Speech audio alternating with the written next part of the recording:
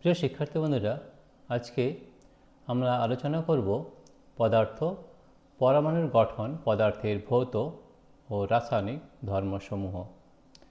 Matter, atomic structure, physical and chemical properties of matter. এই chapter number 4 এটা আলোচনা করব। আমরা আগেও বলেছিলাম এবং এখনও বলছি যে আমরা প্রতিটি লাইন পড়ব এবং পড়ার পরে এটা আলোচনা করব এবং তার তোমাদের যাতে কোনো বুঝতে অসুবিধা না হয় তার জন্য যতগুলো প্র্যাকটিক্যাল ক্লাস রয়েছে সব প্র্যাকটিক্যাল ক্লাসগুলো কিন্তু করব। ঠিক আছে? তো সবথেকে প্রথমে হচ্ছে পদার্থ, পরমাণুর গঠন, পদার্থের ভৌত ও রাসায়নিক ধর্মসমূহ, chapter number 4 matter, atomic structure, physical and chemical properties of matter. ঠিক আছে? এটা আমরা করব। যে পরমাণুর গঠন বা অ্যাটমিক স্ট্রাকচার আমাদের কেমন হয়, পরমাণুর গঠন সেটা সম্পর্কে জানব এবং কিভাবে এটা শুরু হয়েছিল, কিভাবে এটা আস্তে আস্তে একের পর এক ইমপ্রুভ করেছিল সেটা আমরা জানব। তাহলে সবথেকে প্রথমে যেটা আমাদের রয়েছে সূচনা বা ইন্ট্রোডাকশন। খ্রিস্ট জন্মের কয়েক শতাব্দী আগে ভারতীয় কৃষি কণাদ ও গ্রিক দার্শনিক ডেমোক্রিটাস বলেন যে পদার্থ মাত্রই অতি ক্ষুদ্র ক্ষুদ্র কণার সমষ্টি। আমরা জানি ম্যাটার বা আমরা পদার্থ যেটা বলি সেটা কিন্তু আমরা ক্ষুদ্র ক্ষুদ্র কণার কিন্তু সৃষ্টি, অনেক ক্ষুদ্র ক্ষুদ্র কণা দিয়ে কিন্তু তৈরি। 1808 খ্রিস্টাব্দে বিজ্ঞানী জর্জ ডাল্টন পদার্থের গঠন সম্বন্ধে সুনির্দিষ্ট বৈজ্ঞানিক মতবাদ ব্যক্ত করেন যা ডাল্টন পরমাণুবাদ নামে খ্যাত হয়েছিল। তার মতে প্রত্যেকটি মৌল অসংখ্য অতি ক্ষুদ্র অবিভাজ্য নিরেট কণিকা দ্বারা গঠিত। এই ক্ষুদ্রতম কণিকাগুলিকে তিনি নাম দেন পরমাণু। ঠিক আছে? পরমাণুর মধ্যে মৌলিক পদার্থে প্রায় সব ধর্ম বর্তমান থাকে। পরমাণুগুলি রাসায়নিক বিক্রিয়ায় অংশগ্রহণ করে। আমরা জানি যে পরমাণু যেগুলো তৈরি হয় সেগুলো কিন্তু রাসায়নিক বিক্রিয়ায় কিন্তু অংশগ্রহণ করে। পূর্বে মনে করা হতো পদার্থের সবচেয়ে ক্ষুদ্রতম কণা হলো পরমাণু এবং পরমাণু অবিভাজ্য, কিন্তু বর্তমানে নানা পরীক্ষা নিরীক্ষা দ্বারা প্রমাণিত হয়েছে যে পরমাণু আরও ক্ষুদ্র কণিকা দ্বারা গঠিত। পরমাণুর প্রধান তিনটি স্থায়ী কণিকা হল ইলেকট্রন, প্রোটন এবং নিউট্রন। এছাড়াও কিছু অস্থায়ী কণা যেমন পজিট্রন, মেসন, নিউট্রিনো ও কিছু সংমিশ্র কণা যেমন ডয়টেরন, আলফা ইত্যাদির অস্তিত্ব বর্তমান রয়েছে। আমরা জানি যে আমাদের প্রধান তিনটি স্থায়ী কণিকা হচ্ছে ইলেকট্রন, প্রোটন ও নিউট্রন। এছাড়াও আমাদের কিছু অস্থায়ী কণা রয়েছে যেমন পজিট্রন, মেসন, নিউট্রিনো ও কিছু সংমিশ্র কণা যেমন ডয়টেরন, আলফা ইত্যাদির অস্তিত্ব কিন্তু বর্তমান রয়েছে। ঠিক আছে? এরপরে আমরা যাব ইলেকট্রন আবিষ্কার। আমরা আগেও বলেছি প্রতিটা লাইন আমরা পড়ব, তারপরে আবার আলোচনা করব। ঠিক আছে? ইলেকট্রন আবিষ্কার। ইলেকট্রন আবিষ্কার প্রথম হচ্ছে Discovery of electron.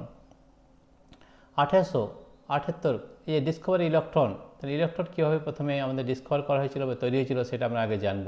Discovery of electron 1878 খ্রিস্টাব্দে বিজ্ঞানী উইলিয়াম ক্রুক্স একটি কাঁচের নল, তড়িৎক্ষরণ নল, প্রায় 22শূন্য অবস্থায় 0.01 মিলিমিটার, এখানে দেখতে পাচ্ছি 0.01 মিলিমিটার পারদস্তম্ভের চাপে অল্প বায়ু রেখে দুটি ধাতব তড়িৎদ্বারের মধ্যে উচ্চ বিভব প্রায় 10,000 ভোল্ট সৃষ্টি করে ডিসি তড়িৎ চালনা করে দেখেন যে ক্যাথোড থেকে অ্যানোড দিকে একরকম অদৃশ্য রশ্মি সরলরেখা নির্গত হয় এবং এটি ক্যাথোডের বিপরীত দিকে কাঁচের নলের গায়ে সবুজ বর্ণের প্রতি প্রভাব সৃষ্টি করে। এই অদৃশ্য রশ্মির নাম দেন ক্যাথোড রশ্মি। এখানে দেখে নাও দুটো জিনিস রয়েছে। এখানে দেখে নাও গ্যাস নিষ্কাশক পাম্প রয়েছে, এখানে ক্যাথোড রশ্মি রয়েছে এবং এর চাপ 0.01 মিলিমিটার। রাইট? এখানে আমাদের দুটো রয়েছে, এখানে এটা ক্যাথোড, ক্যাথোড মানে হচ্ছে নেগেটিভ আর অ্যানোড মানে হচ্ছে পজিটিভ। ঠিক আছে? এখানে উচ্চ বিভব দেওয়া হচ্ছে, তাহলে দেখা যাচ্ছে যে ক্যাথোড থেকে এক ধরনের রশ্মি তৈরি হচ্ছে, সেই রশ্মিটা এখানে গিয়ে অ্যানোডে চলে যাচ্ছে। তাহলে এই ক্যাথোড, এটাকে আমরা বলছি যে রশ্মি ক্যাথোড থেকে নির্গত হচ্ছে সেটাকে আমরা বলছি ক্যাথোড রশ্মি। ঠিক আছে? এবারে আমরা জানবো যে ক্যাথোড রশ্মি কী দিয়ে তৈরি বা কী কী রয়েছে তার মধ্যে সেটা আমরা জানবো। ঠিক আছে? তাহলে দেখো ক্যাথোড রশ্মি কাকে বলে? যে ক্যাথোড থেকে অ্যানোডের দিকে একরকম অদৃশ্য রশ্মি সরলরেখায় নির্গত হয় এবং এটি ক্যাথোডের বিপরীত দিকে কাঁচের নলের গায়ে সবুজ বর্ণের প্রতিভাব সৃষ্টি করে। এই অদৃশ্য রশ্মির নাম দেন ক্যাথোড রশ্মি। এটার নাম হচ্ছে ক্যাথোড রশ্মি। যে রশ্মিগুলো ক্যাথোড রশ্মি থেকে বেরোচ্ছে এবং অ্যানোডের দিকে যাচ্ছে সেটা হচ্ছে ক্যাথোড রশ্মি। বিজ্ঞানী জে থমসন ক্যাথোড রশ্মি নিয়ে বিভিন্ন পরীক্ষা করে দেখেন যে ক্যাথোড রশ্মি তড়িৎক্ষরণ নলের মধ্যস্থিত গ্যাসকে আয়নিত করে এবং চৌম্বক ক্ষেত্র ও তড়িৎ ক্ষেত্র দ্বারা বিক্ষিপ্ত হয়। এই পরীক্ষা থেকে তিনি প্রমাণ করেন যে ক্যাথোড রশ্মি হলো ঋণাত্মক তড়িৎগ্রস্ত অতি ক্ষুদ্র কণার স্রোত। ঠিক আছে, তাহলে আমাদের এই যে ক্যাথোড রশ্মি দ্বারা এগুলো কিন্তু আমাদের ঋণাত্মক তড়িৎগ্রস্ত কণা, রাইট। ক্যাথোডের ঋণাত্মক তড়িতের প্রভাবে পরমাণু থেকে বিকর্ষিত হয়ে এই কণাগুলির সৃষ্টি হয়। ঋণাত্মক তড়িৎগ্রস্ত অতি ক্ষুদ্র এই কণিকাগুলির নাম দেওয়া হয় ইলেকট্রন। এছাড়া ক্যাথোড রশ্মি আলোক রশ্মির মতো সরলরেখায় চলে এবং ঠিক আছে, তাহলে এই ক্যাথোড রশ্মি কিন্তু আলোক রশ্মির মতোই কিন্তু সরলরেখায় চলে। তাহলে আমরা এখান থেকে কি জানলাম যে এই যে আমাদের ক্যাথোড রশ্মির উৎপত্তি ক্যাথোড থেকে শুরু হচ্ছে। ক্যাথোড মানে হচ্ছে নেগেটিভ টার্মিনাল আর অ্যানোড মানে হচ্ছে পজিটিভ টার্মিনাল। তো এই ক্যাথোড থেকে যে রশ্মি নির্গত হচ্ছে সেটা কিন্তু আমরা বলছি ক্যাথোড রশ্মি। এবং এই ক্যাথোড রশ্মি কি? ক্যাথোড রশ্মি হচ্ছে অ্যাকচুয়ালি কিন্তু ইলেকট্রন। এখানে আমাদের দেওয়া রয়েছে যে কত ঋণাত্মক তড়িৎগ্রস্ত অতি ক্ষুদ্র এই কণিকাগুলির নাম দেওয়া হয় ইলেকট্রন। ঠিক আছে, এছাড়া ক্যাথোড রশ্মি আলোক রশ্মির মতো সরলরেখায় চলে। জেনে রেখো ইলেকট্রনের ভর এবং আধান প্রথম নির্ণয় করেন বিজ্ঞানী মিলিগান 1911 খ্রিস্টাব্দে। সমস্ত মৌলের পরমাণুর অন্যতম উপাদান হলো ইলেকট্রন। তাহলে সমস্ত মৌলের পরমাণুর অন্যতম উপাদান হলো ইলেকট্রন। তাহলে আমরা তিনটি জিনিস পেলাম, ইলেকট্রন, প্রোটন ও নিউট্রন। তাহলে আমাদের ডিসকভারি অফ ইলেকট্রন আমাদের কে করেছিলেন? বিজ্ঞানী উইলিয়াম ক্রুপস। ঠিক আছে, তারপরে দেখব তাহলে এই যে বিজ্ঞানী যে থমসন ক্যাথোড রশ্মি নিয়ে বিভিন্ন পরীক্ষা করে দেখেন যে ক্যাথোড রশ্মি তড়িৎক্ষরণ নলের অবস্থিত গ্যাসকে আনিত করে এবং চৌম্বক ক্ষেত্র এবং তড়িৎ ক্ষেত্র দ্বারা বিক্ষিপ্ত হয়। এখানে কেন বিক্ষিপ্ত হচ্ছে আমি আবার বলে নিই। দেখো ইলেকট্রনগুলো কিন্তু আমাদের নেগেটিভলি চার্জড পার্টিকেল। তাই নেগেটিভলি চার্জড পার্টিকেল হওয়ার জন্য কি হয় যে এখানে চৌম্বক ক্ষেত্র বা তড়িৎ ক্ষেত্র থাকার জন্যে এই ইলেকট্রনগুলো কিন্তু বিক্ষিপ্ত হয়। ঠিক আছে, এরপর চলে যাবো নেক্সট পেজ। দেখো এরপরে আমরা পেজ নাম্বার 2-তে চলে যাচ্ছি। পেজ নাম্বার 2-তে কী রয়েছে একবার আমরা দেখে নিই।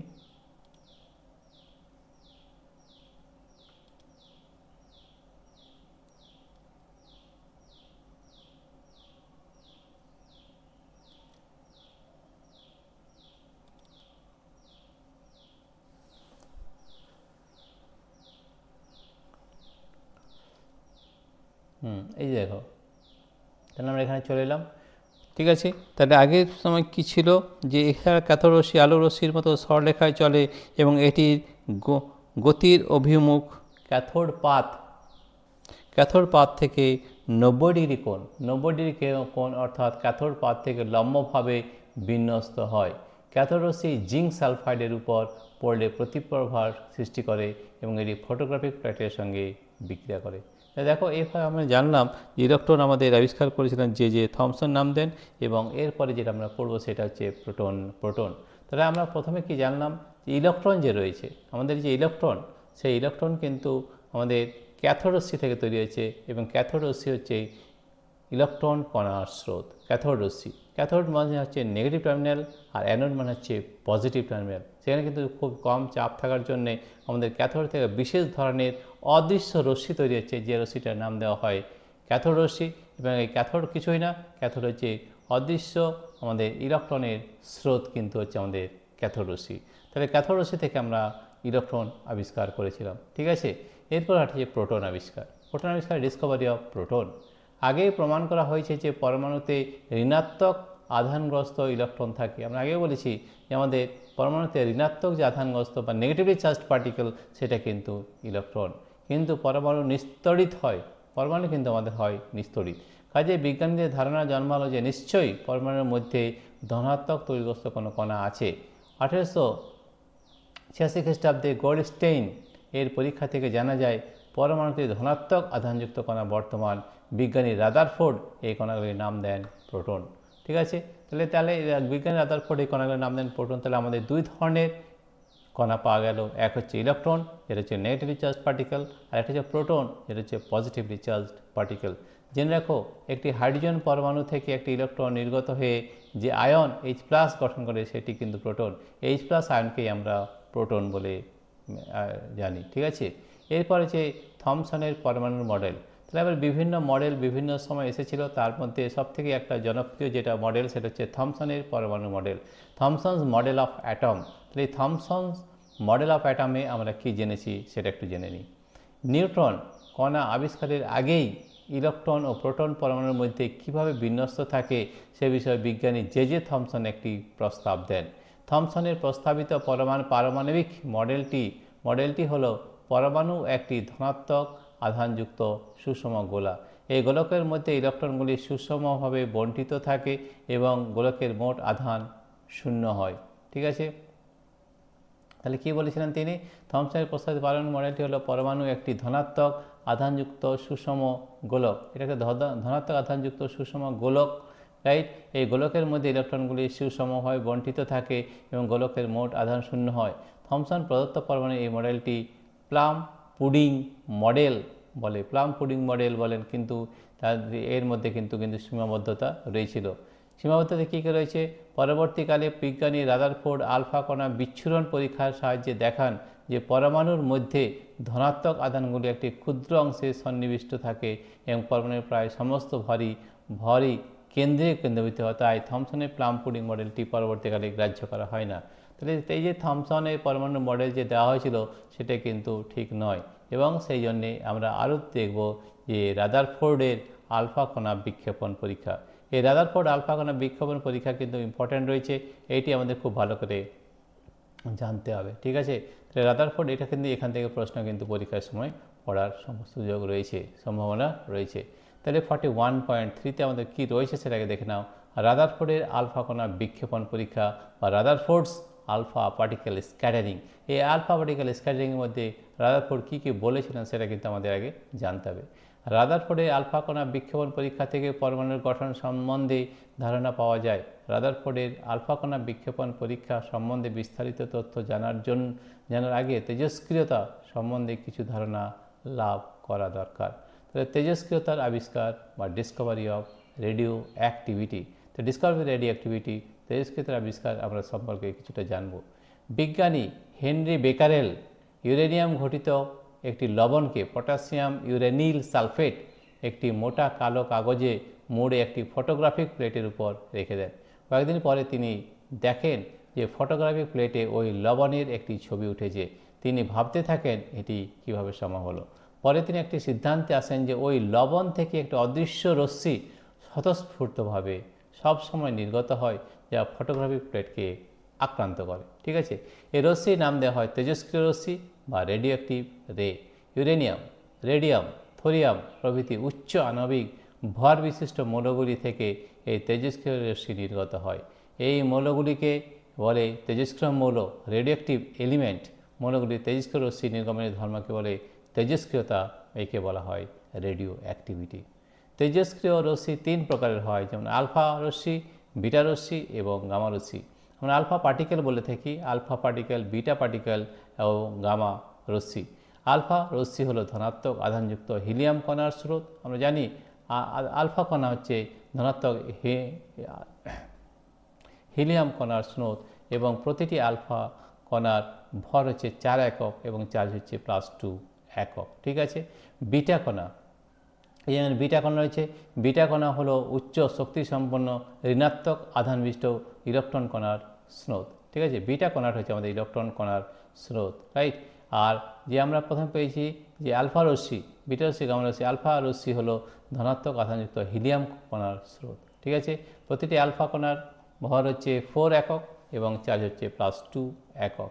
গামা রশ্মি হলো তড়িৎ নিরপেক্ষ তড়িৎ চুম্বকীয় তরঙ্গ। তাহলে আমরা 3 ধরনের জিনিস পেলাম আমাদের তেজস্ক্রিয় থেকে, তেজস্ক্রিয়তা বা রেডিও অ্যাক্টিভিটি থেকে। তেজস্ক্রিয় রশ্মি 3 প্রকার হয়, যেমন আলফা পার্টিকেল, বিটা পার্টিকেল এবং গামা রেজ। ঠিক আছে, আলফা রশ্মি হলো ধনাত্মক আধানযুক্ত হিলিয়াম কণার স্রোত আলফা, এবং বিটা হলো উচ্চ শক্তি সম্পন্ন ঋণাত্মক আধান বিশিষ্ট ইলেকট্রন কণার স্রোত, এবং গামা রশ্মি হলো তড়িৎ নিরপেক্ষ তড়িৎ চুম্বকীয় তরঙ্গ। ঠিক আছে, এরপরে আমরা চলে যাব রাদারফোর্ডের পরীক্ষা বা রাদারফোর্ড এক্সপেরিমেন্ট।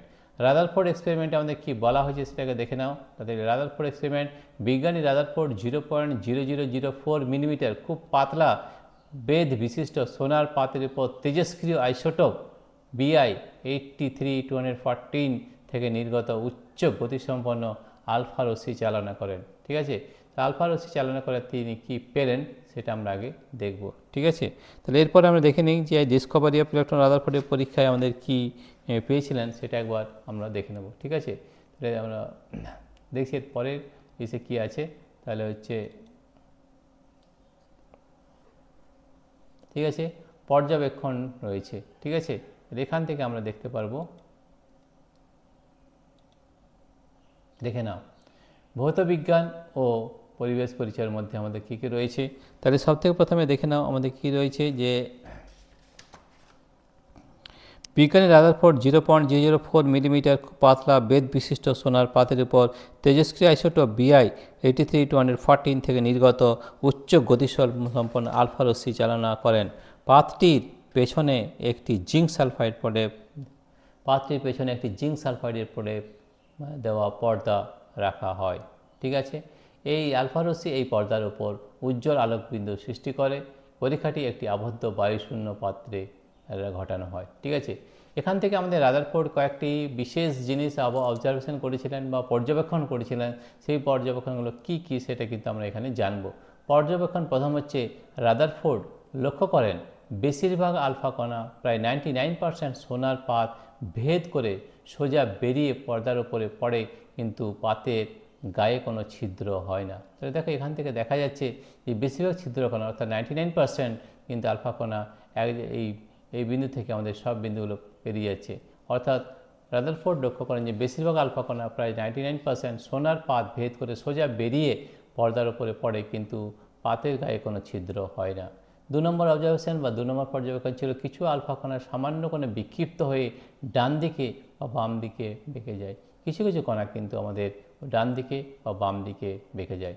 অল্প সংখ্যক আলফা কণা 90 ডিগ্রি বা তার বেশি কোনো বিক্ষিপ্ত হয়। খুব কম সংখ্যক আলফা কণা 90 ডিগ্রি তার বেশি কোনো বিক্ষিপ্ত হয়। দু একটি কণা প্রায় 20,000-এর মধ্যে 20,000 কণার মধ্যে একটি কণা যে পথে যায় সে পথে আবার ফিরে আসে। অর্থাৎ এক্ষেত্রে আলফা কণার বিচ্যুতি কিন্তু 180 ডিগ্রি। তাহলে যে পথে যায় সে পথে ফিরে আসে, সেই জন্যে এই আলফা কণার বিচ্যুতি কত হবে, 180। তাহলে এই 4টা জিনিস তিনি অবজারভেশন করেছিলেন বা পর্যবেক্ষণ করেছিলেন। ঠিক আছে, তিনি এখান থেকে কিছু সিদ্ধান্ত উপনীত হয়েছিলেন। তাহলে সেই সিদ্ধান্তগুলো কী কী সেটা একবার আমরা জানব। সিদ্ধান্ত: উপরোক্ত পরীক্ষা থেকে রাদারফোর্ড এই সিদ্ধান্তে আসেন যে যেহেতু অধিকাংশ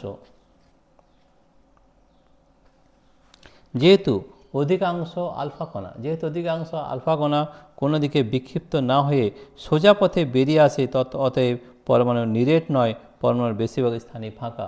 অর্থাৎ ঠিক আছে, যেহেতু অধিকাংশ আলফা কণা কোনো দিকে বিক্ষিপ্ত না হয়ে সোজা পথে বেরিয়ে আসে, অতএব পরমাণু নিরেট নয়, পরমাণুর বেশিরভাগ স্থানই ফাঁকা। আমরা এখান থেকে দেখতে পাচ্ছি এই আলফা কণার স্রোত। এখানে কি দেখতে পাচ্ছি, এখানে আমাদের পজিটিভলি চার্জ পার্টিকেল বা এখানে আমাদের প্রোটন রয়েছে। এই যে আমাদের আলফা কণা দেখো বেশিরভাগ আলফা কণা কিন্তু আমাদের এখান থেকে বেরিয়ে যাচ্ছে। কিছু আলফা কণা কিন্তু আমাদের এই যে আলফা কণা আমাদের এই বেরিয়ে যাচ্ছে এখান থেকে কিন্তু কিছু বিক্ষিপ্ত হচ্ছে। আর 20,000-এর মধ্যে একটি যে পথে আসে সেই পথেই কিন্তু ফিরে যায়। ঠিক আছে, এখান থেকে আমাদের কী তাহলে সিদ্ধান্তে উপনীত হতে পারি, যেহেতু অধিকাংশ স্থানই ফাঁকা, কোনো দিকে বেশিরভাগ স্থান যেহেতু অধিকাংশ আলফা কণা কোনো দিকে বিক্ষিপ্ত না হয়ে সোজা পথে বেরিয়ে আসে, অতএব পরমাণু নিরেট নয়, পরমাণুর বেশিরভাগ স্থানই কিন্তু ফাঁকা রয়েছে। 2 নম্বর, যে আলফা কণাগুলি সামান্য কোণে বিক্ষিপ্ত হয় সেগুলি পরমাণুর ভিতর কোনো ধনাত্মক আধানের কাজ দিয়ে যায়, এর ফলে আলফা কণার সামান্য বিক্ষেপণ ঘটে। তাহলে দেখো এই যে চার্জ পার্টিকেল আমাদের আমরা জানি যে নিউক্লিয়াসের মধ্যে প্রোটন রয়েছে, আর আলফা হচ্ছে প্লাস কণা। তাহলে প্লাসের মধ্যে কি হয়, বিকর্ষণ হয়। সেই বিকর্ষণের ফলে কিন্তু কিছু কণা কিন্তু বিক্ষিপ্ত হয়। ঠিক আছে, যে আলফা কণাগুলি সামান্য কোণে বিক্ষিপ্ত হয় সেগুলি পরমাণুর ভিতর থেকে ধনাত্মক আধানের কাজ দিয়ে যায়, এর ফলে আলফা কণার সামান্য বিক্ষিপ্ত আধান যে আলফা কণাগুলি সামান্য কোণে বিক্ষিপ্ত হয় সেগুলি পরমাণুর ভিতরে কোনো ধনাত্মক আধানের কাজ দিয়ে যায়, এর ফলে আলফা কণার সামান্য বিক্ষেপণ ঘটে। ঠিক আছে, 3 নম্বর আবার কি আছে সেটাও দেখে নিই। ধনাত্মক আধানকে বিকর্ষণ করে। আলফা রশ্মি ধনাত্মক আধানযুক্ত কণা, আমি আগেই বলেছি এটা হচ্ছে আলফা কণার আধান হচ্ছে প্লাস, এবং আমাদের যে নিউক্লিয়াস রয়েছে নিউক্লিয়াসের মধ্যে রয়েছে প্রোটনের আধান হচ্ছে প্লাস। তাহলে প্লাসে বিকর্ষণ হয়। এই বিকর্ষণ হওয়ার জন্যে কিন্তু এখানে বিক্ষিপ্ত হচ্ছে বা বিক্ষেপণ হচ্ছে। ঠিক আছে, ধনাত্মক আধানকে বিকর্ষণ করে আলফা রশ্মি ধনাত্মক আধানযুক্ত কণা। সুতরাং গতিশীল ভারী আধানযুক্ত আলফা কণাকে তার গতির বিপরীতে ফিরিয়ে দিতে পারে অপর এক ভারী ধনাত্মক আধানগ্রস্ত কণা। আবার মাত্র 20,000-এর মধ্যে যেহেতু একটি আলফা কণা যে পথে যায় সে পথে ফিরে আসে, সেহেতু প্রমাণিত হয় যে পরমাণুর সমগ্র আয়তনের তুলনায় অতি ক্ষুদ্র এক স্থানে পরমাণুর ধনাত্মক আধান প্রোটন ও পরমাণুর প্রায় সমগ্র ভর কেন্দ্রীভূত আছে। একে নিউক্লিয়াস বা পরমাণু কেন্দ্রক বলে। তাহলে এই জিনিসটাকে বলি আমরা নিউক্লিয়াস। নিউক্লিয়াসের মধ্যে আমাদের থাকে প্রোটন ও নিউট্রন এবং এর চারিপাশে থাকে আমাদের ইলেকট্রনগুলো কিন্তু ঘোরাফেরা করে। ঠিক আছে, তাহলে এইটাই আমাদের সিদ্ধান্ত। আমরা 3 নম্বর সিদ্ধান্ত পেয়েছি যে পরমাণুর সমগ্র আয়তনের তুলনায় অতি ক্ষুদ্র এক স্থানে পরমাণুর ধনাত্মক আধান প্রোটন এবং পরমাণুর প্রায় সমগ্র ভর কিন্তু কেন্দ্রীভূত আছে। এই নিউক্লিয়াসের মধ্যে কিন্তু সমস্ত ভরই কিন্তু কেন্দ্রীভূত রয়েছে, অর্থাৎ এখানে রয়েছে প্রোটন এবং নিউট্রন। অধিকাংশ 4 নম্বর বলা হয়েছে যে ইলেকট্রনগুলি নিউক্লিয়াসের বাইরে ফাঁকা স্থানে অবস্থান করে। অধিকাংশ আলফা কণা যখন ওই ফাঁকা স্থানের মধ্য দিয়ে যায় তখন ইলেকট্রন দ্বারা আলফা কণা আকৃষ্ট হয়। কিন্তু আলফা কণার ভর ইলেকট্রনের তুলনায় অনেক বেশি। ইলেকট্রনের আকর্ষণ আলফা কণার গতিপথকে প্রভাবিত করতে পারে না। এই জন্য অধিকাংশ আলফা কণা সোজা পথে বেরিয়ে আসে। পরমাণু সম্পূর্ণরূপে তড়িৎ প্রসম এই জন্যে, কারণ আমাদের যতগুলো প্রোটন থাকে ততগুলো ইলেকট্রন থাকে।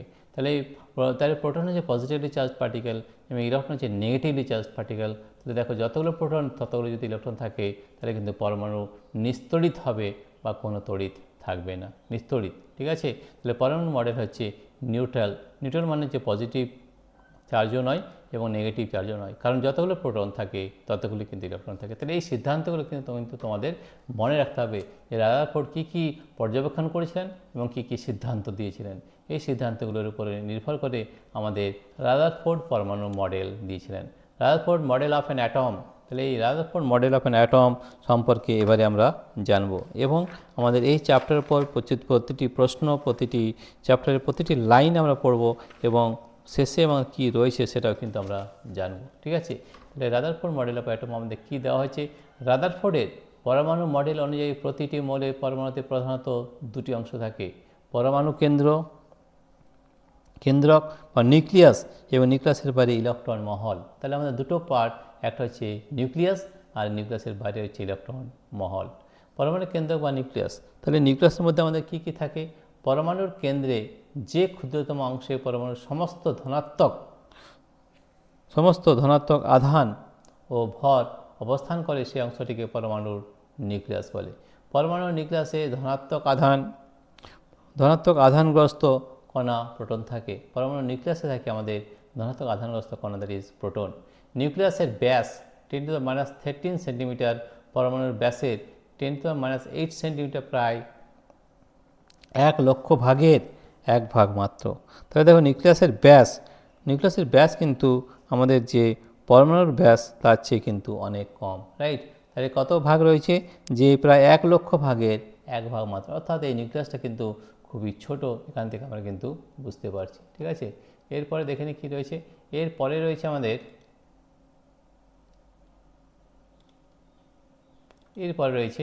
1 ভাগ মাত্র, অর্থাৎ পরমাণু নিরেট নয় এবং অধিকাংশ স্থানে কিন্তু ফাঁকা রয়েছে। ঠিক আছে, তাহলে দেখো আমাদের কী ভাগ পেলাম। এর মধ্যে রয়েছে আমাদের নিউক্লিয়াসের মধ্যে রয়েছে প্রোটন এবং নিউট্রন, আর এই যে ইলেকট্রন রয়েছে আমাদের তার চারিপাশে। ঠিক আছে, সমগ্র পরমাণুর তুলনায় নিউক্লিয়াসের আয়তন অত্যন্ত, তাই নিউক্লিয়াসটা খুব কম এবং তার বেশিরভাগ স্থানে কিন্তু ফাঁকা রয়েছে এবং চারিপাশে কিন্তু ইলেকট্রন রয়েছে। এটাই আমাদের রাদারফোর্ড পরমাণু মডেল দিয়েছিলেন এবং এটার থেকে কিন্তু আমরা প্রায় একই ধরনের মডেল পেয়ে থাকি। ঠিক আছে, তাহলে এরপরের যেটা রয়েছে, পরমাণুর প্রায় সমস্ত ভর নিউক্লিয়াসের মধ্যে থাকে, কারণ ইলেকট্রনের ভর নগণ্য বলে পরমাণুর সমস্ত ভর প্রোটনগুলির মোট ভর ধরা যেতে পারে। এই কারণে পরমাণুর সমস্ত ভর নিউক্লিয়াসের মধ্যে কেন্দ্রীভূত থাকে। আয়তন খুব কম হওয়ায় নিউক্লিয়াসের ঘনত্ব খুব বেশি, আয়তন খুব কম হয়, নিউক্লিয়াসের ঘনত্ব খুব বেশি হয়। এখানে কিন্তু আয়তন কম কিন্তু তার ঘনত্ব অবশ্যই বেশি হবে। পরমাণুর সবচেয়ে সুস্থিত অংশ হলো নিউক্লিয়াস। পরমাণুর সবচেয়ে সুস্থিত অংশ কিন্তু আমাদের নিউক্লিয়াস, অন্যগুলো কিন্তু নয়। ঠিক আছে, নিউক্লিয়াসের বাইরে ইলেকট্রন বলে। এবার আমরা নেক্সট জানবো নিউক্লিয়াসের বাইরে আমাদের কী থাকে, ইলেকট্রন থাকে। নিউক্লিয়াসের বাইরে ইলেকট্রন মহল থাকে। পরমাণু তড়িৎ নিরপেক্ষ বলে প্রত্যেক পরমাণু নিউক্লিয়াসে মোট যতগুলি প্রোটন থাকে ঠিক ততগুলি ইলেকট্রন নিউক্লিয়াসের বাইরে পরমাণুর বাকি অংশে সজ্জিত থাকে। আমরা আগেই বলেছি যে নিউক্লিয়াসের মধ্যে থাকে প্রোটন এবং তার বাইরে ইলেকট্রন মহলের মধ্যে থাকে ইলেকট্রন। পরমাণুর এই অংশকে ইলেকট্রন মহল বলে। তাহলে আমরা দুটো অংশ পেলাম, ইলেকট্রন মহল এবং নিউক্লিয়াস, রাইট। তাহলে ইলেকট্রনগুলি নিউক্লিয়াসকে কেন্দ্র করে বিভিন্ন বৃত্তাকার কক্ষপথে সমদ্রুতে অবিরাম আবর্তন করে। সাধারণ নিয়ম অনুযায়ী ধনাত্মক তড়িৎগ্রস্ত নিউক্লিয়াস এবং ঋণাত্মক তড়িৎগ্রস্ত ইলেকট্রনের মধ্যে পরস্পর তড়িৎ আকর্ষণের ফলে ইলেকট্রনগুলি এক সময়ে নিউক্লিয়াসে গিয়ে পড়ার কথা, কিন্তু তা হয় না। একদিকে নিউক্লিয়াসের তড়িৎ আকর্ষণ ইলেকট্রনকে কেন্দ্রের দিকে আকর্ষণ করছে, যা অভিকেন্দ্র বল হিসাবে পরিচিত। অন্যদিকে নিউক্লিয়াসের চারিদিকে ইলেকট্রনগুলি দ্রুতভাবে ঘুরতে থাকে বলে তাদের প্রত্যেকের মধ্যে একটি কেন্দ্রাত্মিক অপকেন্দ্র বলে সেন্ট্রিফিউগাল ফোর্স সৃষ্টি হয়, যা ইলেকট্রনকে কেন্দ্র বা নিউক্লিয়াসের থেকে দূরে সরানোর চেষ্টা করে। এই দুই বিপরীতমুখী বলের ক্রিয়া ইলেকট্রনগুলি নিউক্লিয়াসের চারদিকে আবর্তন করে চলেছে। তাহলে আমরা দুটো বল পাচ্ছি, একটা হচ্ছে অভিকেন্দ্র বল। অভিকেন্দ্র বল কোনটা? এতে নিউক্লিয়াসের তড়িৎ আকর্ষণ ইলেকট্রনকে কেন্দ্রের দিকে আকর্ষণ করছে। কেন? আমাদের রয়েছে এখানে ইলেকট্রন হচ্ছে নেগেটিভ চার্জ পার্টিকেল, আর আমাদের এই নিউক্লিয়াস হচ্ছে পজিটিভ চার্জ পার্টিকেল। তাহলে পজিটিভ নেগেটিভ কী হচ্ছে, আকর্ষণ করছে। আকর্ষণ করার জন্য আমাদের আরেকটা বল এখানে কাজ করছে, এটা হচ্ছে সেন্ট্রিফিউগাল ফোর্স। সেন্ট্রিফিউগাল ফোর্স সবসময় কিন্তু বাইরের দিকে কাজ করে। কোন দিকে? বাইরের দিকে। তাহলে দেখো এই সেন্ট্রিফিউগাল ফোর্স আর এই অভিকেন্দ্র বল কিন্তু একই হয়ে যাচ্ছে, সৃষ্টি হয়, যা ইলেকট্রনকে কেন্দ্র এবং নিউক্লিয়াস থেকে দূরে সরানোর চেষ্টা করে। এই দুই বিপরীত বলের ক্রিয়া ইলেকট্রনগুলি নিউক্লিয়াসের চারদিকে আবর্তন করে চলেছে। ঠিক আছে, তাহলে এই হচ্ছে আমার নিউক্লিয়াসের বাইরে ইলেকট্রন মহল। তাহলে আমরা ইলেকট্রনের মধ্যে দুটো জিনিস পেলাম, একটা হচ্ছে নিউক্লিয়াস, নিউক্লিয়াসের মধ্যে থাকে প্রোটন ও নিউট্রন, এবং তার বাইরে থাকছে ইলেকট্রন মহল। ইলেকট্রনগুলি কিন্তু নেগেটিভলি চার্জ পার্টিকেল, প্রোটনগুলো কিন্তু পজিটিভলি চার্জ পার্টিকেল, এবং নিউট্রন হলো নিস্তড়িত। ঠিক আছে, জেনে রাখো পরমাণুর আয়তনে নিউক্লিয়াসের আয়তনের তুলনায় 10⁻15 গুণ বেশি। সুতরাং বলা যায় নিউক্লিয়াসের আয়তন পরমাণুর আয়তনের তুলনায় নগণ্য। ঠিক আছে, এগুলো আমরা জানলাম। এরপরে হচ্ছে লিমিটেশনস বা রাদারফোর্ড পরমাণু মডেলের ত্রুটি। আমাদের এই রাদারফোর্ডের কিছু কিছু মডেলের কিন্তু ত্রুটি রয়েছে। তাহলে এই limitation of Rutherford atomic model, এটা রাদারফোর্ড অ্যাটমিক মডেলে কিন্তু বিশেষ দুটি কিন্তু ত্রুটি রয়েছে। তো এই ত্রুটিগুলি কী সেটাই আমাদের জানতে হবে, এবং এটা কিন্তু পরীক্ষার জন্য খুবই বেশি ইম্পর্ট্যান্ট রয়েছে। ঠিক আছে, রাদারফোর্ডের পরমাণু মডেলে প্রধানত দুটি অসঙ্গতি দেখা যায়। যেমন বিজ্ঞানী নেলস বোর জানান যে ধনাত্মক চার্জবাহী নিউক্লিয়াসকে কেন্দ্র করে ঋণাত্মক চার্জবাহী ইলেকট্রনগুলি বৃত্তাকার পথে আবর্তন করতে থাকলে তড়িৎ গতিবিদ্যার নিয়ম অনুযায়ী ওইগুলি থেকে সর্বদা শক্তি বিকিরণ হতে থাকবে। ফলে ইলেকট্রনগুলি শক্তি হারাবে এবং ঘুরতে ঘুরতে ক্রমশ নিউক্লিয়াসের দিকে এগিয়ে যাবে। একসময় ইলেকট্রনগুলি নিউক্লিয়াসের ওপর গিয়ে পড়বে, অর্থাৎ পরমাণুর আর কোনো ইলেকট্রনীয় গঠন থাকবে না, কিন্তু প্রকৃতপক্ষে তা হয় না। তাহলে এটা কিন্তু একটা অসঙ্গতি দেখা গেছে। ঠিক আছে, নিউক্লিয়াসের চারদিকে ইলেকট্রনগুলি অবিরাম ঘুরতে থাকলে ওই ঘূর্ণায়মান ইলেকট্রনগুলি থেকে অবিরাম শক্তি বিকীর্ণ হতে থাকবে। এর ফলে পরমাণুর যে বর্ণালী পাওয়া যাবে সেটি সূর্যরশ্মির বর্ণালীর মতো নিরবচ্ছিন্ন হবে। কিন্তু বাস্তবে দেখা যায় পরমাণু রেখা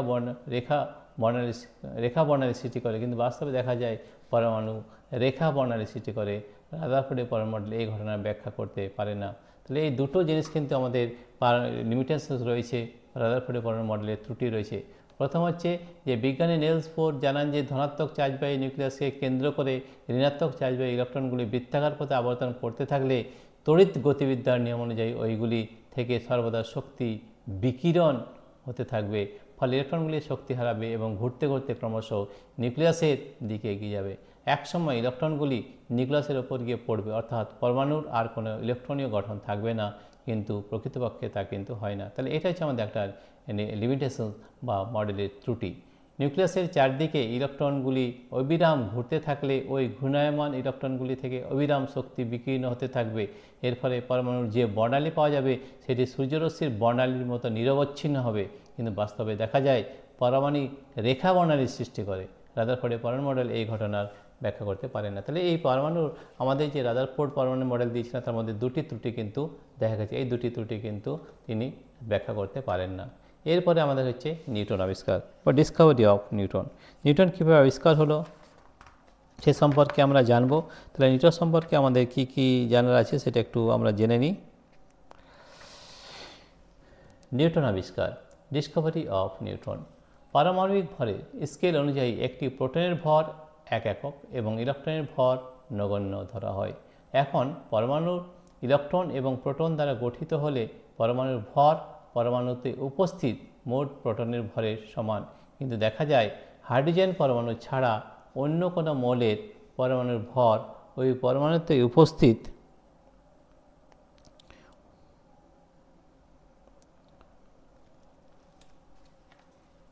মোট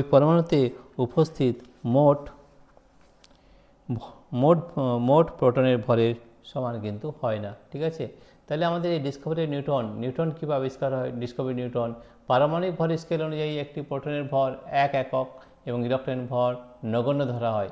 এখন পরমাণু ইলেকট্রন এবং প্রোটন দ্বারা গঠিত হলে পরমাণুর ভর পরমাণুতে উপস্থিত মোট প্রোটনের ভরের সমান হবে, কিন্তু দেখা যায় হাইড্রোজেন পরমাণু ছাড়া অন্য কোনো মৌলের পরমাণুর ভর ওই পরমাণুতে উপস্থিত মোট প্রোটনের ভরের সমান হয় না। ঠিক আছে, এবার আমরা জানবো যে এটা কেন হয় না, সেটা একটা বিশেষ কারণ রয়েছে।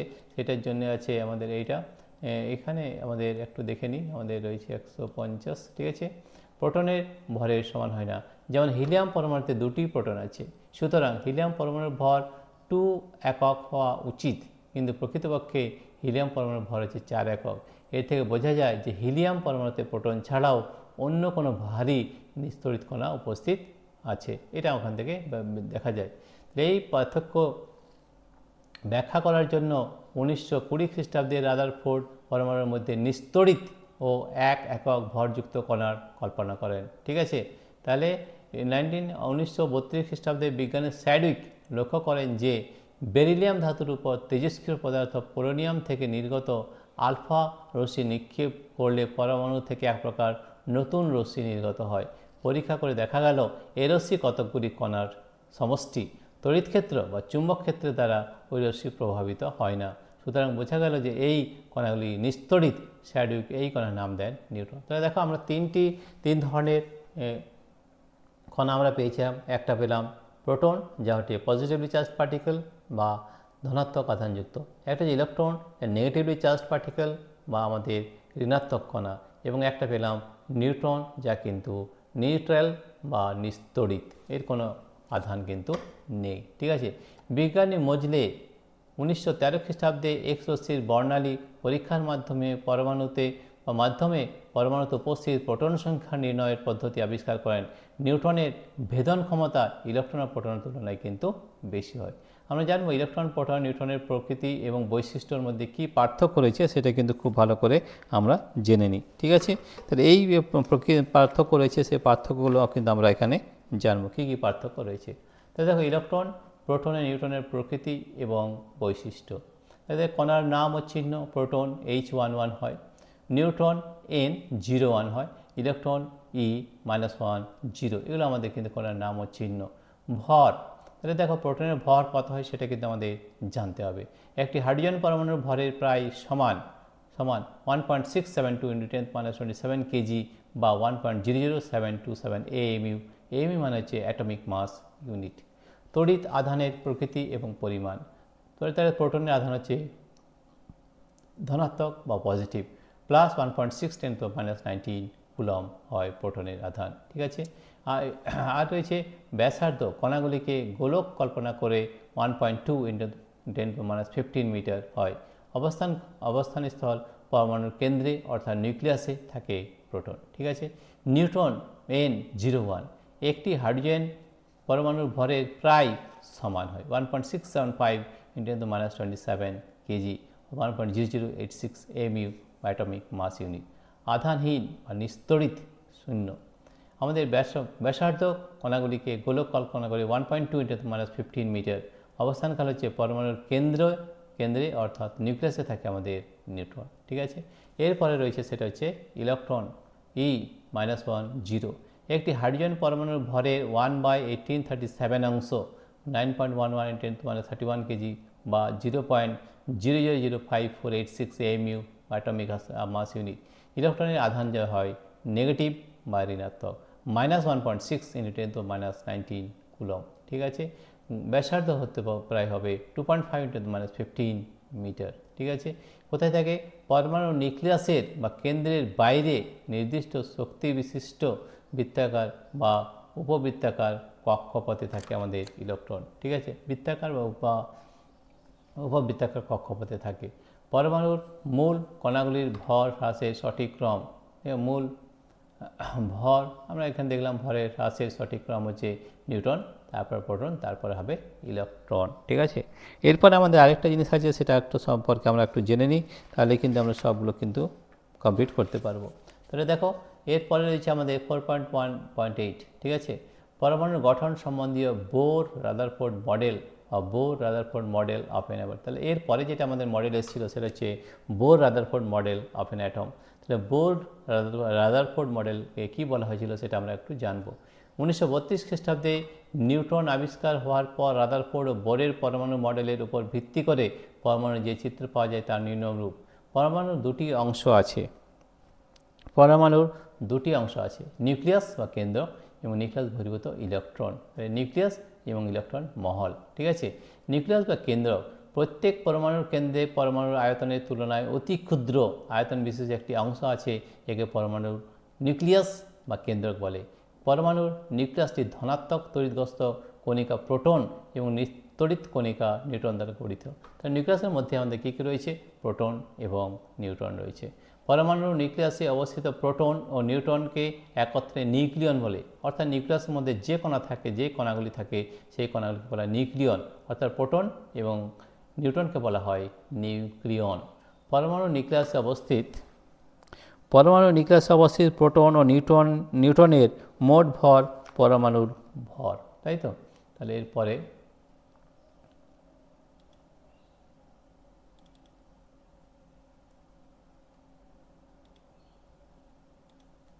রয়েছে আমাদের মোট ভর, কারণ ইলেকট্রনের ভর কিন্তু অতি নগণ্য। ঠিক আছে, তাহলে আমরা কী জানলাম? যে পরমাণুর নিউক্লিয়াসে অবস্থিত প্রোটন ও নিউট্রনের মোট ভরই পরমাণুর ভর, কারণ নিউট্রনের ভর কিন্তু অতি নগণ্য, ওটা ধরা হয়নি। তাহলে পরমাণুর ভর সমান প্রোটনের ভর প্লাস নিউট্রনের ভর হলেই কিন্তু আমরা পরমাণুর ভর পেয়ে যাচ্ছি, কারণ ইলেকট্রনের ভর কিন্তু অতি নগণ্য। পরমাণুর নিউক্লিয়াসে প্রোটন ও নিউট্রন একত্রে পুঞ্জীভূত অবস্থায় থাকে, তাই নিউক্লিয়াসের ঘনত্ব কিন্তু খুব বেশি হয়। দেখা এখানে প্রোটন ও নিউট্রন রয়েছে এবং এই নিউক্লিয়াসটা খুব ছোট্ট একটা জায়গা, তাই কিন্তু তার ঘনত্ব অবশ্যই বেশি হবে। তাই পরমাণুর নিউক্লিয়াস খুব সুস্থিত হয়, পরমাণুর নিউক্লিয়াস কিন্তু খুব সুস্থিত হয়। পরমাণুর নিউক্লিয়াসে অবস্থিত প্রোটন সংখ্যাই হলো পরমাণুর ক্রমাঙ্ক বা পারমাণবিক সংখ্যা। তাহলে পারমাণবিক সংখ্যা মানে হচ্ছে যতগুলো প্রোটন থাকবে সেটাকেই আমরা পারমাণবিক সংখ্যা বা পরমাণু ক্রমাঙ্ক বলি। ঠিক আছে, মৌলের সমস্ত ধর্ম নিয়ন্ত্রিত হয় পরমাণু ক্রমাঙ্ক বা পারমাণবিক সংখ্যা দ্বারা। তাহলে এই পরমাণু ক্রমাঙ্ক বা প্রোটন সংখ্যা দ্বারা কিন্তু সমস্ত ধর্ম কিন্তু নিয়ন্ত্রিত হয়। ঠিক আছে, পরমাণুর নিউক্লিয়াসে অবস্থিত প্রোটন ও নিউট্রন সংখ্যার সমষ্টিকে বলে পরমাণুর ভর সংখ্যা। প্রোটন প্লাস নিউট্রন সেটা হচ্ছে পরমাণুর ভর সংখ্যা, আর ভর সংখ্যা সমান প্রোটন সংখ্যা প্লাস নিউট্রন সংখ্যা, পারমাণবিক সংখ্যা জেড প্লাস নিউট্রন সংখ্যা। ঠিক আছে, অর্থাৎ যতগুলো প্রোটন প্লাস নিউট্রন সংখ্যা যদি যোগ করি তাহলে আমরা ভর সংখ্যা পাবো বা অ্যাটমিক মাস পাবো। ঠিক আছে, জেনে রেখো পারমাণবিক সংখ্যাকে মৌলের সক্রিয় ধর্ম বলা হয়। নিউক্লাইড নির্দিষ্ট পারমাণবিক সংখ্যা বা পরমাণু ক্রমাঙ্ক এবং ভর সংখ্যা বিশিষ্ট নিউক্লিয়াসকে নিউক্লাইড বলা হয়। ঠিক আছে, নিউক্লাইডকে নির্দিষ্ট পারমাণবিক সংখ্যা বা পরমাণু ক্রমাঙ্ক এবং ভর সংখ্যা বিশিষ্ট নিউক্লিয়াসকে নিউক্লাইড বলে। যেমন মৌলের চিহ্ন হচ্ছে এক্স, ভর সংখ্যা এ এবং পারমাণবিক সংখ্যা জেড হলে মৌলের নিউক্লাইড হলো এক্স জেড এ বা এক্স জেড এ। ওপরে এ লেখা যায় বা এদিকেও লেখা যায়, তার প্রকাশ করা হয়। যেমন ক্লোরিন 1735, সোডিয়াম 1120, এগুলোকে বলা হয় এক একটা নিউক্লিয়াইড। রাইট, নিউক্লিয়াস বহির্ভূত ইলেকট্রন। এরপরে আমরা জানব নিউক্লিয়াস বহির্ভূত ইলেকট্রন আমাদের কী কী রয়েছে সেটা একবার জেনে নিই। নিউক্লিয়াস বহির্ভূত ইলেকট্রন, নিউক্লিয়াসের বাইরে, ঠিক আছে, নিউক্লিয়াসের বাইরে ঋণাত্মক তড়িৎগ্রস্ত কণাগুলি অর্থাৎ ইলেকট্রনগুলি থাকে। ইলেকট্রনগুলি নিউক্লিয়াসের চারদিকে শূন্যস্থানে ক্রমবর্ধমান বিভিন্ন ব্যাসের কতগুলি সমকেন্দ্রিক কিন্তু বৃত্তাকার পথে আবর্তনশীল। তো দেখো এখানে রয়েছে আমাদের নিউক্লিয়াস, এই চারিপাশে কিন্তু ইলেকট্রন কণা ঘোরাফেরা করছে। ইলেকট্রন পরিভ্রমণের এই পথকে কক্ষ বা খোলক, অরবিট বা সেল বলে। এই কক্ষপথকে বলা হয় অরবিট বা সেল। ঠিক আছে, ইলেকট্রনগুলি নিউক্লিয়াসকে কেন্দ্র করে ক্রমবর্ধমান ব্যাসের কতগুলি নির্দিষ্ট অনুমোদনযোগ্য কক্ষপথে আবর্তন করে। এই কক্ষগুলি স্থায়ী বা কোয়ান্টাম কক্ষ, স্টেশনারি বা কোয়ান্টাম অরবিট বলে। এগুলোকে বলা হয় স্টেশনারি সেল বা কোয়ান্টাম অরবিট। এই কক্ষপথগুলিকে আবর্তনের সময় ইলেকট্রনগুলি কোনো শক্তি কিন্তু বিকিরণ করে না। ঠিক আছে, এই কারণে কোনো কক্ষপথের শক্তি এবং ওই কক্ষে আবর্তনশীল ইলেকট্রনের গতি নির্দিষ্ট থাকা ইলেকট্রনগুলি কক্ষপথ থেকে বিচ্ছিন্ন হয় না। একটি কক্ষপথে আবর্তনশীল ইলেকট্রনগুলির গড় শক্তির পরিমাণ নির্দিষ্ট থাকে। এই জন্য বিভিন্ন শক্তি বিশিষ্ট এই সুস্থিত কক্ষপথগুলিকে মুখ্য শক্তিস্তর বা এনার্জি লেভেলস বলা হয়। এন দিয়ে এই মুখ্য শক্তিস্তরকে প্রকাশ করা হয়। এন এর মান ইলেকট্রন কক্ষের শক্তির স্তর নির্দেশ করে। নিউক্লিয়াস থেকে পরপর দূরত্ব অনুসারে কক্ষপথগুলিকে যথাক্রমে কে এইভাবে আমাদের সাজানো হয়। কে হচ্ছে n=1, এল হচ্ছে n=2, এম হচ্ছে n=3, এন হচ্ছে n=4, ও হচ্ছে n=5, এন হচ্ছে 6, পি এবং ও হচ্ছে n7। ঠিক আছে, তাহলে কে, এল, এম, এন ও এইভাবে n=1, 2, 3, 4, 5 এইভাবে সাজানো হয়। এদের শক্তি বৃদ্ধির ক্রম হলো কে, এল, এম, এন। এর পর কিন্তু শক্তি কিন্তু বৃদ্ধি পেয়ে যাবে। ঠিক আছে, এল, এম, এন, তারপর ও, তারপর পি, তারপর কিউ। ঠিক আছে, শেষের দিকে কিন্তু আমাদের শক্তি বৃদ্ধি পাবে। কোনো একটি কক্ষে বা মুখ্য শক্তি স্তরে যে কোনো সংখ্যক ইলেকট্রন থাকতে পারে না। প্রত্যেক কক্ষে সর্বাধিক যত সংখ্যক ইলেকট্রন থাকতে পারে তার সংখ্যা নির্দিষ্ট। এই সংখ্যাটি 2n², যেখানে n কক্ষ বা মুখ্য শক্তি স্তরের ক্রমিক সংখ্যা বা মুখ্য কোয়ান্টাম সংখ্যা n=1, 2। তো দেখো এই যে প্রথম কক্ষ এল, কে আছে, n=1, এর সর্বাধিক ইলেকট্রন সংখ্যা 2 × 1² অর্থাৎ 2, অর্থাৎ প্রথম কক্ষে দুটোর বেশি কিন্তু ইলেকট্রন থাকতে পারে না। দ্বিতীয় কক্ষ এল, কে এর পরে হচ্ছে এল আছে ক্ষেত্রে n=2, তাহলে এখানে 2n² যদি হয় তাহলে দ্বিতীয় কক্ষে 8টার বেশি ইলেকট্রন থাকতে পারে না। তৃতীয় কক্ষ হচ্ছে এম, মুখ্য কোয়ান্টাম সংখ্যা হচ্ছে n=3, তাহলে 2n² ফর্মুলা যদি দেওয়া হয় তাহলে 18টি ইলেকট্রনের বেশি তৃতীয় কক্ষে কিন্তু থাকতে পারে না। চতুর্থ কক্ষে n=4, তাহলে 2n² 32, তাহলে এখানে কিন্তু 32টার বেশি কিন্তু ইলেকট্রন থাকতে পারে না। ঠিক আছে, তাহলে আমরা এখানে দেখতে পাচ্ছি যে কক্ষ বা মুখ্য শক্তিস্তরের ক্রমিক সংখ্যা, মুখ্য কোয়ান্টাম সংখ্যা n=1, 2, 3 প্রভৃতি। কক্ষের ক্রমিক সংখ্যা যাই হোক না কেন, পরমাণুর সবচেয়ে বাইরের কক্ষপথে 8টির বেশি ইলেকট্রন থাকতে পারে না এবং এর আগের কক্ষে, তৃতীয় কক্ষে সর্বাধিক 18টি ইলেকট্রন থাকবে। একমাত্র হিলিয়াম পরমাণুর বাইরের কক্ষে 2টি এবং হাইড্রোজেন পরমাণুর বাইরের কক্ষে 1টি ইলেকট্রন থাকে। এই হিলিয়াম এবং হাইড্রোজেন ছাড়া বাকি কিন্তু এই নিয়ম মেনে চলবে। ঠিক আছে, তাহলে তাহলে আমাদের একটি কক্ষপথে আমাদের কতগুলি ইলেকট্রন থাকবে? সর্বাধিক 2n², এর বেশি কিন্তু থাকতে পারে না। তাহলে প্রথম কক্ষে সর্বাধিক থাকবে 2, দ্বিতীয় কক্ষ হচ্ছে 8, তৃতীয় কক্ষে 18 এবং চতুর্থ কক্ষে 32টার বেশি ইলেকট্রন কিন্তু থাকতে পারে না। একমাত্র হিলিয়াম পরমাণুর বাইরের কক্ষে 2টি এবং হাইড্রোজেন পরমাণুর বাইরের কক্ষে 1টি ইলেকট্রন থাকে। তাহলে দেখো আজকে এই পর্যন্ত করবো। তোমাদের যদি বুঝতে কোনো অসুবিধা হয় তাহলে অবশ্যই তাহলে কমেন্টে জানাবে এবং তোমাদের এই ভিডিওটি কেমন লাগলো সেটা কিন্তু অবশ্যই জানাবে। তাহলে আমরা পরপর কিন্তু ভিডিও করে যাব। আমরা আগেই বলে নিই যে আমরা এই যে পার্টটা নিলাম এটা কিন্তু আমাদের সাতরা পাবলিকেশন ভৌত বিজ্ঞান ও পরিবেশ পরিচয় ক্লাস 9 থেকে নেওয়া হয়েছে এবং দেখো এটা হচ্ছে সাতরা পাবলিকেশনের মাইতি বেরা সাতরা যে বইটি রয়েছে সেখান থেকে আমরা নিয়েছি। তো এই ধরনের বিভিন্ন আমরা চ্যাপ্টার নেব এবং আগেও বলেছি আমরা একটা লাইন নিয়ে আলোচনা করব, তারপরে আমরা বিভিন্ন ধরনের আরও ভিডিও দেওয়া হবে। তো প্রিয় শিক্ষার্থী বন্ধুরা, তোমাদের যদি এই ভিডিওটি ভালো লেগে থাকে তাহলে অবশ্যই সাবস্ক্রাইব, লাইক ও শেয়ার করবে এবং তোমাদের যদি এই ভিডিওটি ভালো লেগে থাকে তাহলে অবশ্যই কমেন্টে অবশ্যই একবার জানাবে। তাহলে আমরা কিন্তু আরও ভিডিও নিয়ে আসব এবং এই ধরনের বহু প্রশ্ন নিয়ে আলোচনা করব। এবং শুধু তাই নয়, আমাদের এই ভিডিও ডেসক্রিপশনে অ্যাপ লিঙ্ক দেওয়া রয়েছে। আমরা আগেও বলেছিলাম যে আমরা কিন্তু বেশিরভাগ ক্ষেত্রে অ্যাপের মাধ্যমে পড়াই। আমাদের অ্যাপের নাম হচ্ছে পাই এডুকেশন। এই অ্যাপের মাধ্যমে এই ক্লাস 9-এর প্রতিটি চ্যাপ্টারের উপর দেওয়া রয়েছে যতগুলো প্রশ্ন উত্তর রয়েছে সব কিছু, এবং আমরা 3টি বই নিয়েই আলোচনা করি। এই আমরা সাতরা পাবলিকেশন এবং আমাদের আরেকটা রয়েছে, সেটা হচ্ছে আমাদের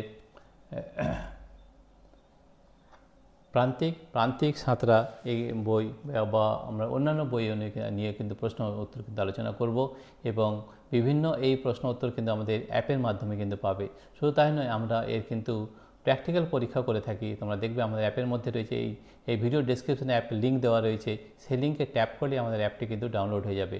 আমাদের অ্যাপের নাম হচ্ছে পাই এডুকেশন। তোমরা যদি দেখতে চাও যে আমাদের পাই এডুকেশনে কী কী রয়েছে, সেই পাই এডুকেশন অ্যাপটি তোমরা ওখান থেকে ডাউনলোড করতে পারবে এবং ডাউনলোড করলে কী কী অ্যাপের মধ্যে রয়েছে সেটা কিন্তু তোমাদের একবার দেখিয়ে দিচ্ছি। ঠিক আছে, তাহলে দেখো আমাদের এই অ্যাপের নাম হচ্ছে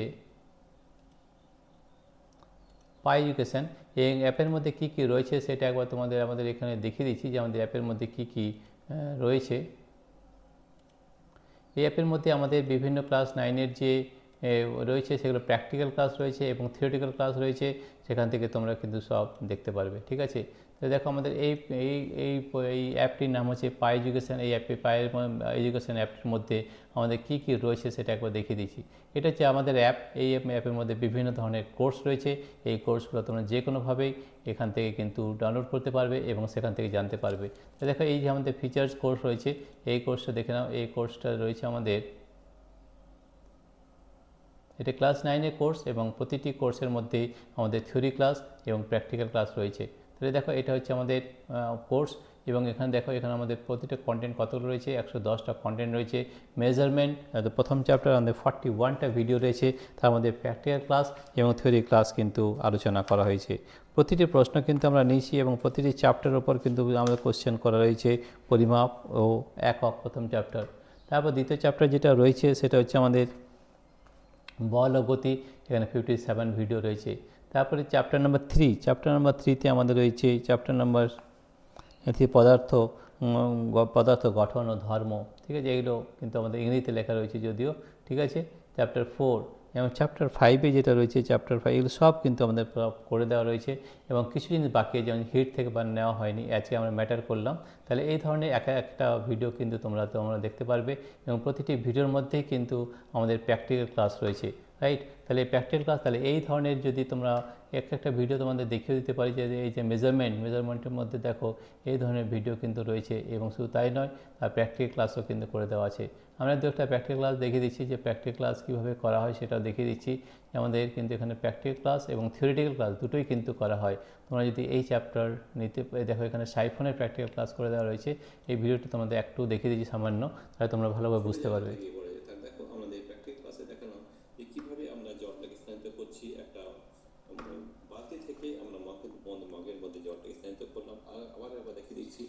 কিভাবে আমরা করছি, প্রথমে কি করতে হবে, এই দুটো পাত্র নিতে হবে।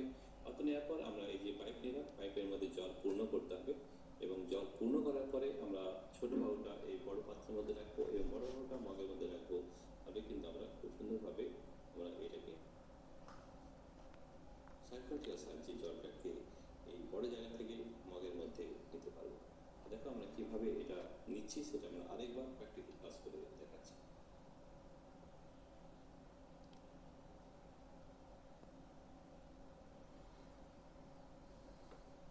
এইভাবে প্রতিটি প্র্যাকটিক্যাল ক্লাস করে দেয়, যেটা স্যাম্পল দেখালাম কীভাবে প্র্যাকটিক্যাল ক্লাসটা করা হয়েছে। তো সব প্র্যাকটিক্যাল ক্লাসের মধ্যে এগুলো কিন্তু সব দেখতে পাবে এবং প্রতিটি মধ্যে কিন্তু আমাদের প্র্যাকটিক্যাল ক্লাস সব রয়েছে। যা আমাদের প্র্যাকটিক্যাল ক্লাস হয়েছে সব কিন্তু এখানে দেখানো হয়েছে। তাই প্রিয় শিক্ষার্থী বন্ধুরা, তোমরা যদি এই কোর্স নিয়ে দেখুন বার্নারি প্রিন্সিপাল, দেখো এখানে বার্নারি প্রিন্সিপালও কিন্তু প্র্যাকটিক্যাল করে দেওয়া রয়েছে।